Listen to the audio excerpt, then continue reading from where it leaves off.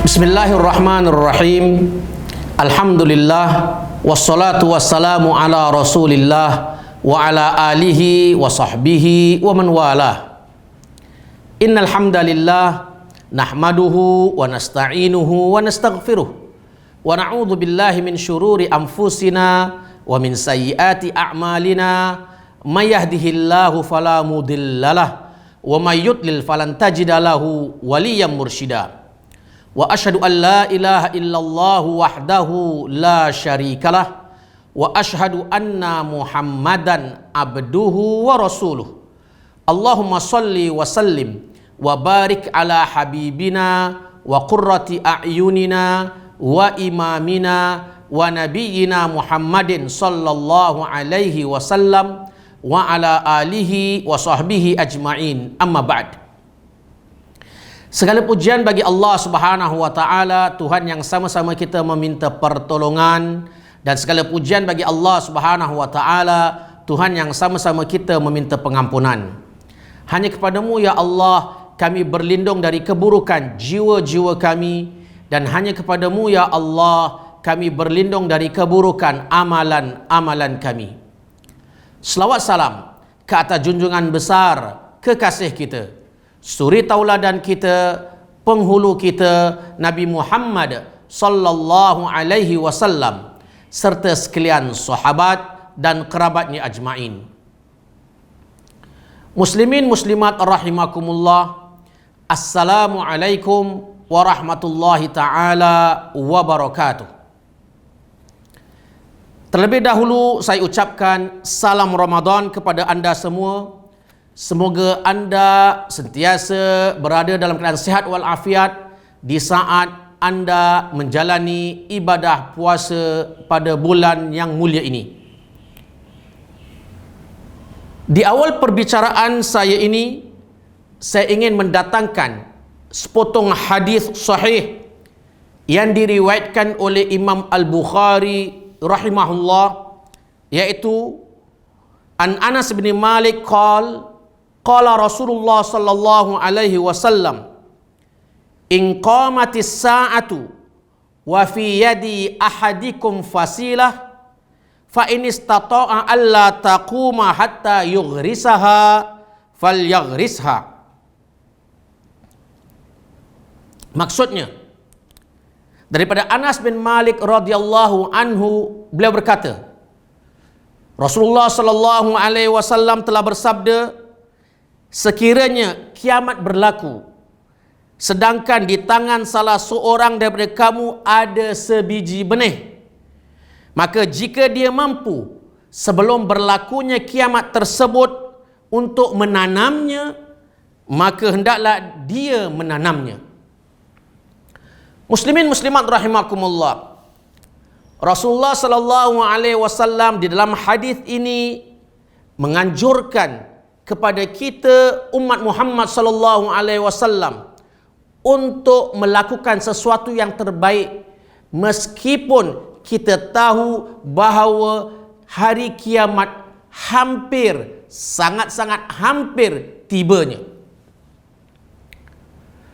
Saya suka juga untuk mendatangkan kisah yang berlaku ke atas Sayyidina Umar bin Khattab radhiyallahu anhu dengan seorang lelaki tua yang bernama Khuzaimah bin Thabit radhiyallahu anhu.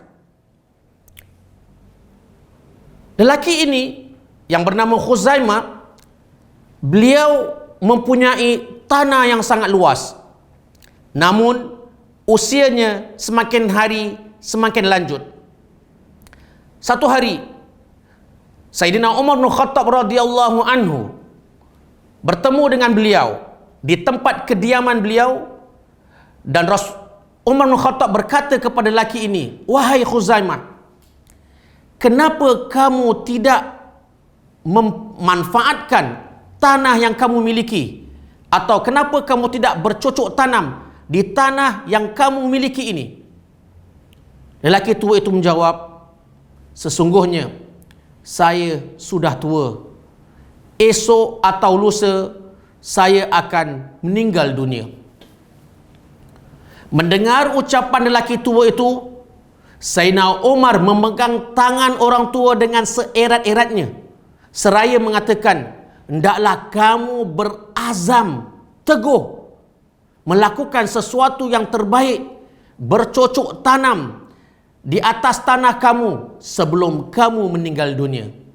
Di dalam sejarah membuktikan selepas kejadian itu, Sayyidina Umar membantu orang tua tersebut menanam pohon-pohon ataupun menanam benih-benih di tanah yang dimiliki oleh orang tua tersebut.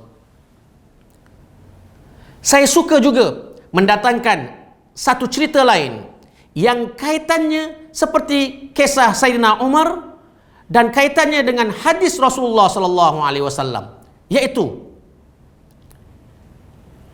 seorang anak dalam suasana yang agak mungkin stres, dalam keadaan wabak melanda di negerinya dan di dunia, pernah bertanya kepada ayahnya, "Wahai ayah, kenapa saya perlu masih lagi belajar di rumah, sedangkan saya tahu bahawa virus ini sangat mengancam hidup manusia dan mungkin virus ini akan mematikan seluruh umat manusia di muka bumi ini?"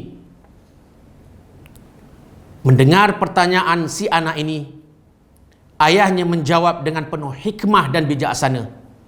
Dan ayahnya mengatakan, "Wahai anakku, ke mana saja kita berada, pasti kita tidak akan terlepas daripada mati.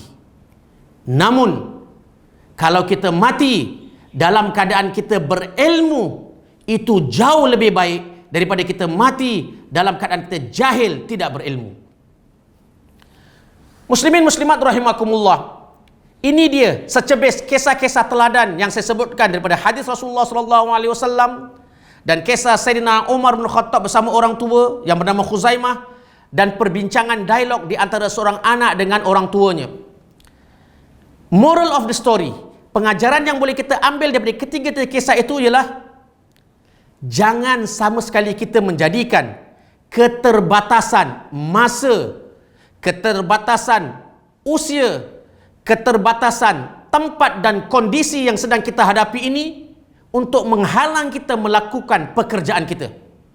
Bahkan kita mengambil peluang sebaik-baiknya untuk melakukan amalan yang terbaik dalam keadaan kondisi yang sedang kita berada sekarang.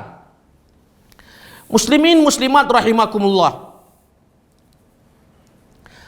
selanjutnya saya ingin berkongsi dengan anda beberapa potong ayat atau sepotong ayat daripada Al-Quran dan sepotong ayat daripada hadis Rasulullah sallallahu alaihi wasallam, yang mana kita melihat bagaimana implikasi ibadat puasa itu yang dapat meninggikan kerohanian kita dan dapat menyuburkan rohani kita dan menjernihkan akhlak murni Islam kita. Mari sama-sama kita perhatikan firman Allah Subhanahu wa taala, yaitu a'udzubillahi minasyaitonir rajim, ya ayyuhalladzina amanu kutiba alaikumus shiyamu kama kutiba alal ladzina min qablikum la'allakum tattaqun. Shadaqallahul azim. Maksudnya, wahai orang-orang yang beriman, diwajibkan ke atas kamu berpuasa seperti mana diwajibkan ke atas umat-umat terdahulu agar kamu bertakwa. Ayat yang baru dibacakan sebentar tadi telah menjelaskan tujuan sebenar kita melakukan ibadah puasa, yaitu agar kamu bertakwa, agar kita bertakwa kepada Allah. Dan takwa yang lahir daripada melaksanakan ibadat puasa sangat tinggi nilainya. Takwa ini yang akan menyelamatkan seseorang daripada tenggelam lemas di lautan hawa nafsunya, di lautan dosa dan maksiat yang dilakukan. Dan takwa yang kita lakukan di dalam bulan puasa ini, ianya yang akan menjernihkan nur rohani kita, agar kita menjadi seorang yang sampai kepada keluhuran budi yang sangat tinggi, sehingga dapat diterjemahkan dengan akhlak-akhlak yang baik. Moga-moga Allah SWT kurniakan kepada kita dalam bulan Ramadan ini taqwa Allah. Allahumma amin ya rabbal alamin. Di dalam sepotong hadis, Rasulullah sallallahu alaihi wasallam mengatakan, as-siyamu junnah. Puasa itu adalah perisai. Hadisnya panjang, saya mengambil ringkas as-siyamu junnah sahaja. Kalau kita melihat tafsiran ulama-ulama hadis, mereka menjelaskan bahawa puasa itu adalah perisai menolak kemudaratan ke atas orang yang mengerjakan puasa, sama ada kemudaratan itu berbentuk duniawi maupun berbentuk ukhrawi. Kalau kita lihat dari perspektif kesihatan, tidak syak lagi dengan menjalani ibadah puasa, tubuh badan kita akan menjadi sihat, segar. Pastikan di saat kita menjalani ibadah puasa, kita lakukan mengikut nasihat tokoh-tokoh kesihatan dan tokoh-tokoh pemakanan sihat, agar puasa kita benar-benar menyihatkan tubuh badan kita. Dalam masa yang sama, puasa itu akan menyelamatkan kita daripada terjerumus ke lembah api neraka, wal iyadu billahi min dzalik. Begitulah tuan-tuan dan puan-puan yang terhormati Allah, kita dapat hayati betapa besarnya ibadah puasa yang kalau kita dapat laksanakan sebaik mungkin, tubuh badan kita akan menjadi sihat, hati nurani kita akan bercahaya, dan seluruh tubuh badan kita dari hujung rambut hingga ke hujung kaki akan menterjemahkan dengan begitu indah dan cantik segala keluhuran budi yang selama ini tersemat di dalam hati kita. Allahumma amin ya rabbal alamin. Setakat ini saja yang dapat saya sampaikan. Sekali lagi saya ingin mengucapkan kepada anda, selamat menjalani ibadah puasa.